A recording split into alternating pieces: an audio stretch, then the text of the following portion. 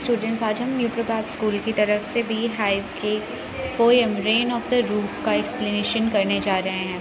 When the sky is covered with dark clouds and it starts raining, have you ever listened to the patter of a soft rain on the roof? What thoughts flashed through your mind as you heard this melody of nature? Read the poem to find out what the poet dreamt of while listening to the rain. यहाँ पर क्या पूछा जा रहा है, क्या आपने कभी काले बादलों के अंदर से होती बारिश की जो आवाज़ होती है, जो आपकी छतों पर गिरती है, क्या आपने वो कभी शांति से सुनी है? अगर सुनी है तो आपको पता चलेगा कि कुदरत एक अलग ही धुन बनाती है। साथ ही साथ यहाँ पर वो ये भी बता रहे हैं कि इस पोएम को आप पढ़ें और समझें कि वो क्या कहना चाहते हैं। When the humid shadows hover over all the starry spheres, and the melancholy darkness gently weeps in rainy tears. What a bliss to press the pillow of a cottage chamber bed and lie listening to the patter of the soft rain overhead.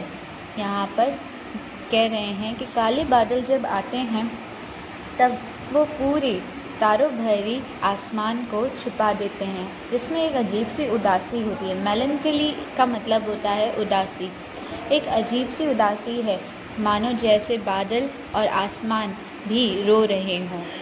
जैसे कि ऐसे तब जब मौसम होता है तब poet को अपने आप को एक तकिए के अंदर अपने कॉटेज यानी एक छोटे से कम घर में अपने बिस्तर पर खुद को छुपाने का दिल करता है।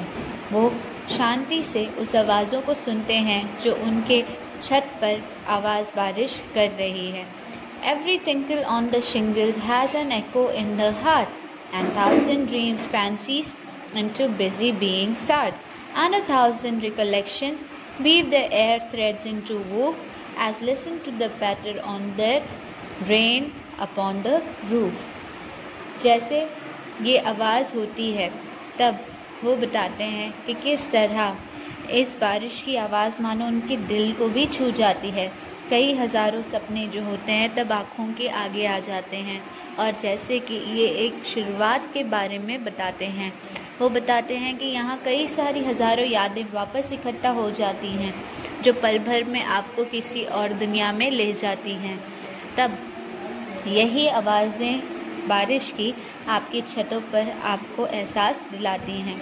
अब वो अपनी माँ के बारे में बता रहे हैं, जैसे कि उन्होंने पिछले स्टैंजा में कहा कि कई सारे यादें आती हैं, कई हज़ारों यादें आपके दिमाग में। तब यहाँ पर उन्हें अपनी माँ की याद आ रही है जो कई सालों पहले गुज़र गई थी।